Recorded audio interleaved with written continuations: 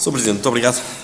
Cumprimento a si, cumprimento os meus colegas do Executivo Municipal, todas as pessoas presentes na sala, os colaboradores do município, a comunicação social, todos os cidadãos que nos acompanham à distância e um cumprimento também especial à Raquel e à Margarida, que não tenho o gosto de conhecer pessoalmente, mas tendo em conta que o movimento Alternativa desde o início tem defendido um maior envolvimento dos cidadãos em geral e dos jovens em particular, porque são vocês o presente e garantidamente o futuro, lanço-vos também o desafio de que, além do vosso envolvimento, provoquem o contágio nos vossos colegas, porque de certeza absoluta que teremos socialmente um melhor futuro com esse vosso envolvimento e com essa vossa capacidade de contágio. Muito obrigado pela vossa presença. Sr. Presidente, e estando então neste momento a decorrer as festas da cidade de Abrantes, seria incontornável não começar hoje a minha intervenção com este tema, à semelhança daquilo que também tenho feito em anos anteriores. É óbvio que, estando ainda no seu discurso, nos sintamos um pouco ébrios, e penso que esta é uma palavra que faz algum sentido nesta altura, com a dinâmica e a vitalidade de tudo o que está a acontecer, mas apesar de não ser o melhor momento para o fazer, porque todos sabemos que a emoção é normalmente inimiga da razão, vou tentar partilhar a nossa visão de forma racional, repito, à semelhança daquilo que tenho feito nos anos anteriores. Mas antes de o fazer, deixem-me que dê os parabéns a todos os trabalhadores do município pela capacidade de trabalho e pelo espírito de sacrifício demonstrados. Para que Abrantes esteja em festa, o seu esforço não pode ser esquecido e deve ser reconhecido e, por isso, o nosso muito obrigado. Deixem-me também partilhar uma palavra de agradecimento a todos os voluntários que por estes dias colaboram com o tecido associativo e que assim permitem a dinâmica que pode ser vista todos os dias e todas as noites nas tradicionais tasquinhas que promovem e valorizam a nossa gastronomia local e sem eles estas festas perderiam literalmente parte do sabor. Por isso, também o nosso muito obrigado a todos eles. Vamos então à nossa opinião em relação às festas, que não diverge daquilo que temos partilhado nos anos anteriores. Que fique esclarecido, como temos dito e repetido, que não temos nada contra as festas e com o movimento Alternativa na gestão municipal vão continuar a existir festas. Esclarecimento feito, passemos à partilha. Números redondos, as festas da cidade têm custado nos últimos anos €500 mil por evento. Números redondos. Faça as contas por baixo, nos custos diretos e sem imputar os custos indiretos do município ao nível dos recursos humanos e materiais. Como disse em anos anteriores, aceitamos a decisão deste Executivo Municipal porque é assumidamente a sua estratégia. Mas afirmamos que essa não seria a nossa estratégia porque, como diz um autarca da nossa região, €500 mil dá para fazer muita obra. E se multiplicarmos o €500 mil pelo número de anos do mandato, é, como dizia um antigo Primeiro-Ministro, fazer as contas. Principalmente quando estas obras podem ter um impacto positivo e duradouro na vida das pessoas e no desenvolvimento do território. É óbvio, defendemos que as festas da cidade de Abrantes devem ser impactantes, mas acreditamos que isso é possível com outro modelo e com custos muito mais reduzidos. Repetimos, o movimento Alternativa tem consciência que gerir é optar e respeita a estratégia deste Executivo Municipal, mas com a responsabilidade, a frontalidade e a coragem que tem sido a nossa assinatura desde o primeiro momento, não podíamos deixar de partilhar a nossa opinião em defesa daquilo que sempre defendemos, o alargamento do debate para uma maior pluralidade que possa convergir para soluções locais tão consensuais quanto possível e para encontrarmos os equilíbrios tão desejados por todos. Terei a oportunidade de fazer um balanço final e uma análise mais alargada ao modelo e à gestão destas festas na próxima reunião de Câmara.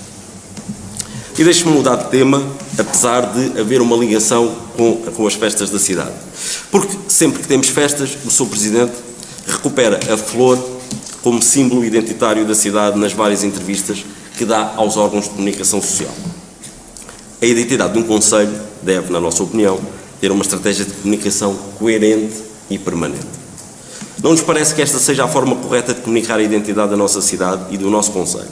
E como sabem, esta foi uma das primeiras prioridades identificadas pelo movimento Alternativa e continuamos a considerar que urge recuperar a nossa identidade, sendo fundamental que ela seja assente na sua operacionalização e numa estratégia de comunicação forte e coerente que nos devolva o prestígio e o estatuto, entretanto, perdido. Como já falei várias vezes sobre este tema, mas pela sua importância, voltarei a este tema de uma forma mais alargada numa das próximas reuniões. E deixe-me agora voltar a mudar de tema, porque na sequência da minha intervenção na última reunião de Câmara, e que já foi replicada de outras reuniões, na sequência dessa minha intervenção sobre a temática das viaturas abandonadas na via pública, fui contactado por vários cidadãos, curiosamente, alguns abrantinos que residem há muitos anos fora do Conselho, que viram essa minha intervenção e que fizeram questão de partilhar alguma informação que me estimularam a ir pesquisar, a ir à procura de respostas sobre como é tratado este problema noutros concelhos. E para fazer um enquadramento legal, deixem-me recordar o que o Código da Estrada, no seu artigo 163, diz sobre estacionamento indevido ou abusivo. Considera-se estacionamento, portanto, no ponto 1, considera-se estacionamento indevido ou abusivo, a linha A, o de veículo durante 30 dias ininterruptos em local da via pública ou em parque ou zona de estacionamento isentos do pagamento de qualquer taxa.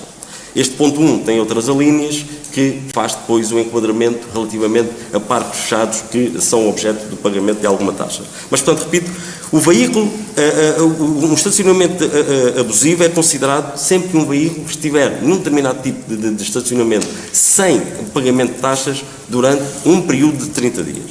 O ponto 2 do artigo 163 diz que os prazos previstos nas alíneas A, aquele que eu acabei de referir dos 30 dias, não se interrompe desde que os veículos sejam apenas deslocados de um para o outro lugar de estacionamento ou se mantenham no mesmo parque ou zona de estacionamento. E se bem se recorda, o Sr. Presidente disse-me, quando eu abordei esta temática numa destas reuniões de Câmara, que às vezes os 30 dias bastava que o proprietário movimentasse o carro 1 ou 2 metros para o lado, que o prazo voltaria a ser reiniciado. Portanto, o ponto 2 do Código 163 do Código da Estrada diz precisamente o contrário. E, portanto, se o veículo permanecer no mesmo local, ou 2 ou 3 metros para o lado, os 30 dias não são interrompidos. Deixe-me, então, agora partilhar algo que eu fui pesquisar relativamente à prática, e que parece-me que são boas práticas e que podem ser rapidamente e com custos reduzidos, podem ser operacionalizadas aqui no Concelho de Abrantes. Devido ao desconhecimento da lei, das pessoas em geral e dos proprietários em particular, em muitos municípios utiliza-se um aviso de estacionamento abusivo, que é uma notificação que as autoridades locais deixam num veículo, informando os proprietários que esse veículo está estacionado num local proibido ou que está a violar as regras de estacionamento.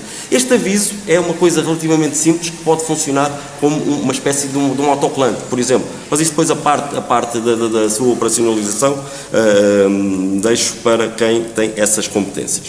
E como funciona o aviso?